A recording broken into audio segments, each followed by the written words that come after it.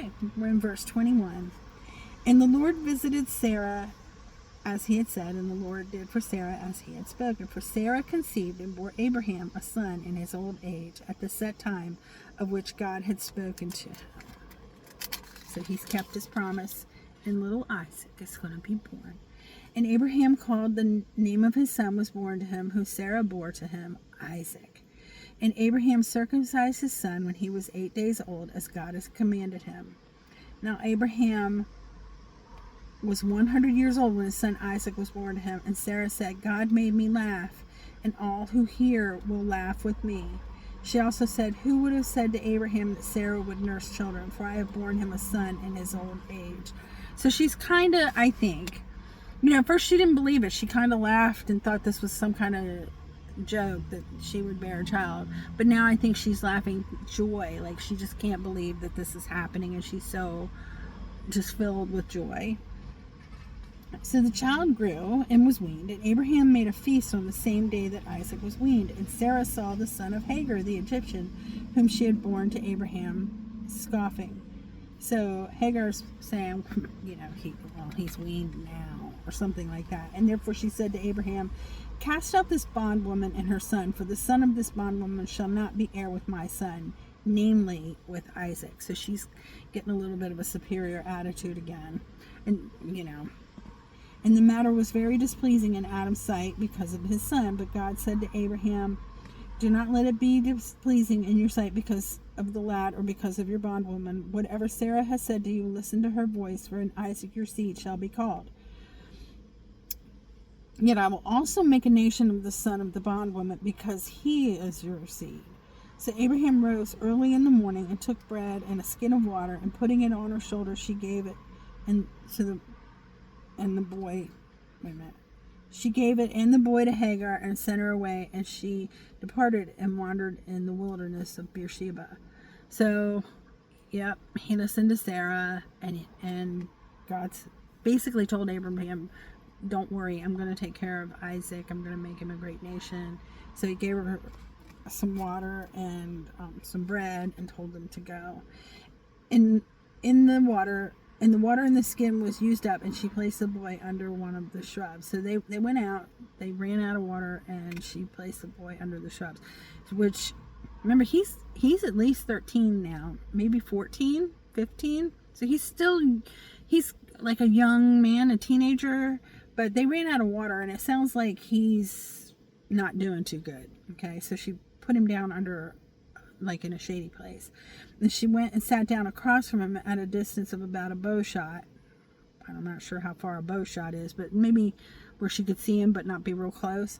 Let me not see the death of the boy. So she sat opposite him and lifted her voice, and she wept. And God heard the voice of the lad, and the angel of God called to Hagar out of heaven and said to her, what ails you, Hagar? Fear not, for God has heard the voice of the lad where he is.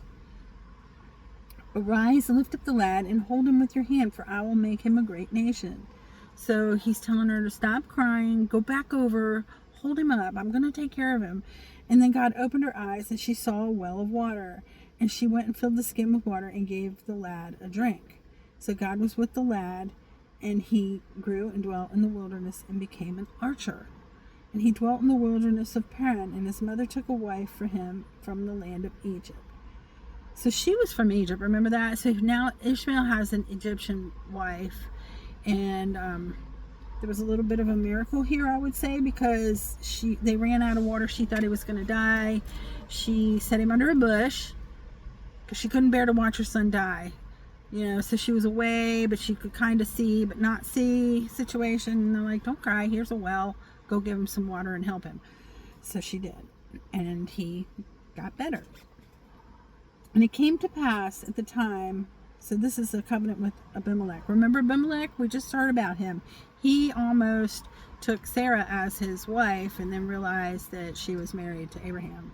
And it came to pass at the time that Abimelech and Phishkol, the commander of his army, spoke to Abraham, saying, God is with you in all that you do. Now therefore swear to me by God that you will not deal falsely with me, with my offspring or my posterity, but that according to the kindness that I have done to you, you will do to me and to the land in which you dwell. And Abraham said, I will swear.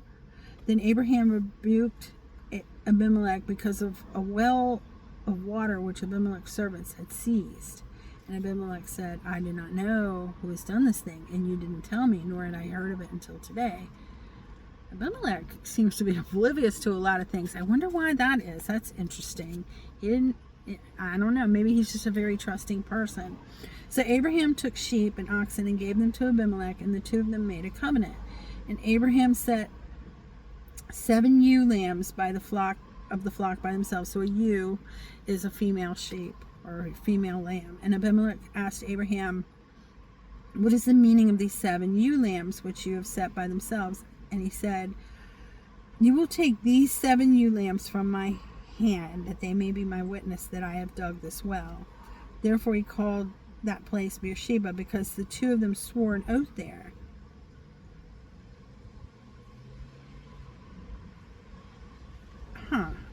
That can't be the same well.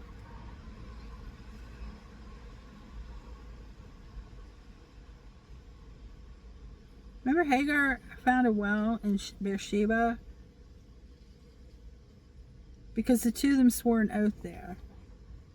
That's interesting. Thus they made a covenant. So the Abimelech rose with Phicol, the commander of his army, and they returned to the land of the Philistines. Then Abraham planted a tamarisk tree in Beersheba, and there called on the name of the Lord, the everlasting God. And Abraham stayed in the land of the Philistines many days.